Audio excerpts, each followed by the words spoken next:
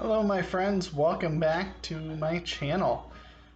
Welcome back again to a Poetry Thursday. So today I'm going to take my best poems of the English language by Harold Bloom, open it to a random page, and decide or go off of that on what poem to read.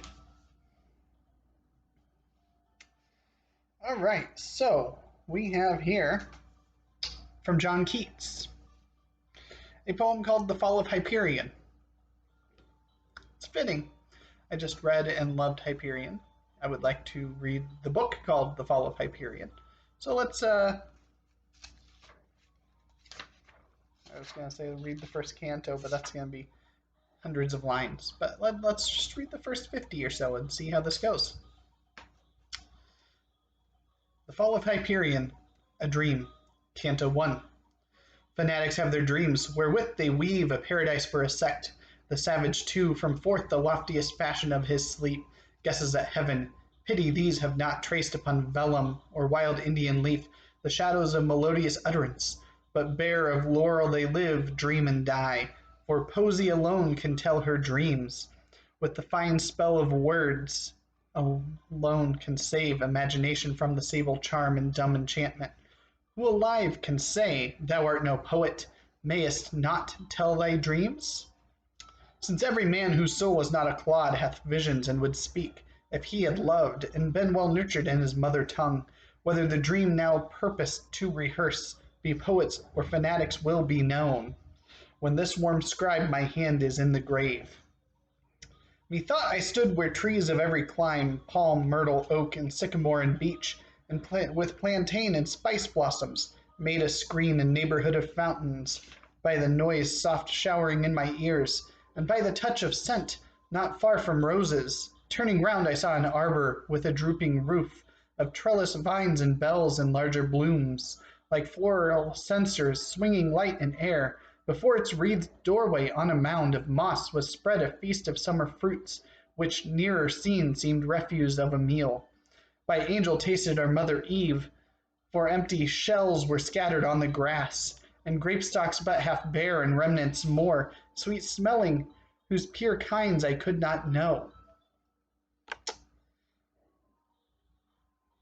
Still was more plenty than the fabled horn, thrice emptied, could pour forth at banqueting for prospering return to her own fields, where the white heifers low, an appetite more yearning than on earth I ever felt growing within. I ate deliciously, and after not long thirsted, for thereby stood a cool vessel of transparent juice, sipped by the wandering bee, the which I took, and pledging all the mortals of the world, and all the dead whose names are in our lips, drank.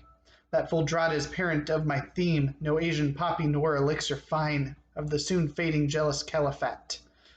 No poison gendered in the close monkish cell, to thin the scarlet conclave of old men, could have so wrapped unwilling life away. Among the fragrant husks and berries crushed, upon the grass I struggled hard against the domineering potion, but in vain. The cloudy swoon came on, and down I sank, like a Silenus on an antique vase. How long I slumbered 'tis a chance to guess. When sense of life returned, I started up as if with wings, but the fair trees were gone. The mossy mound and arbor were no more. I looked around on upon the carved sides of an old sanctuary with roof august, builded so high it seemed that filmed clouds might spread beneath, as o'er the stars of heaven. So old the place was, I remembered none the like upon the earth. What I had seen of grey cathedrals, buttressed walls, rent towers, the superannuations of sunk realms, or nature's rocks toiled hard in waves and winds, seemed but the faulture of decrepit things.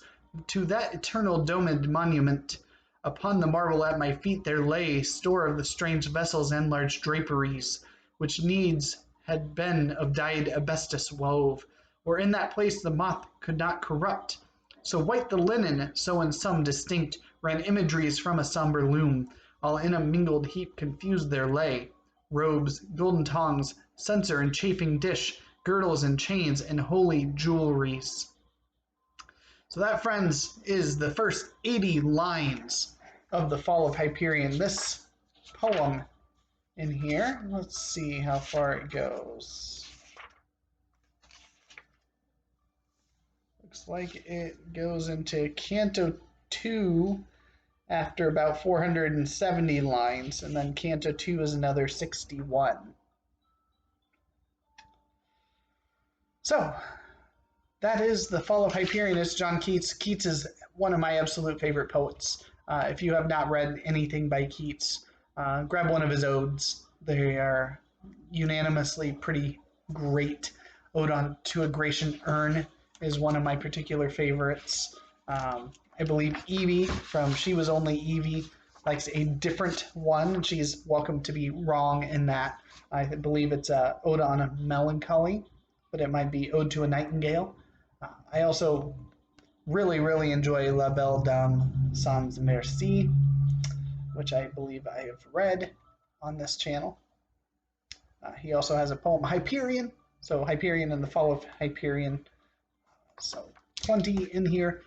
I really need to give myself a complete works of Keats at some point in time. So I hope you enjoyed it. I hope that you've enjoyed Poetry Thursday as I do every Thursday, and I hope that if you have not contributed, or if you've contributed previously but haven't in a while, that you would consider taking up the call to make a Poetry Thursday video next week, and I'll be sure to watch for it. So thank you for watching.